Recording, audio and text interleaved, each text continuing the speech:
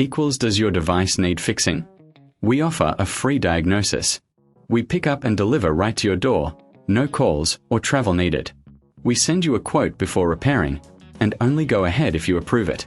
Easy, transparent, and professional. Link in description. To start, ensure you have the right tools, a screwdriver, pliers, and a clean cloth. First, unplug your Thermomix TM21 for safety. Remove the base screws carefully. Keep them in a safe place for reassembly.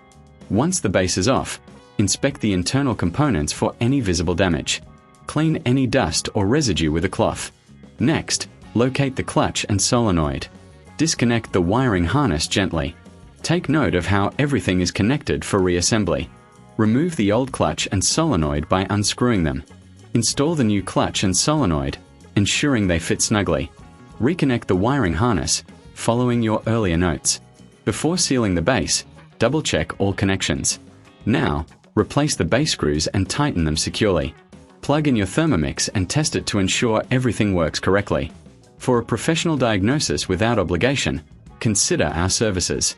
We offer pickup and delivery at your home, so you don't have to worry about transport. Remember, no calls, no travel, and you'll receive a quote before repair. Does your device need fixing?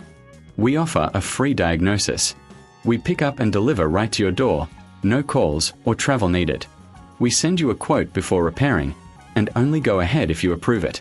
Easy, transparent, and professional. Link in description.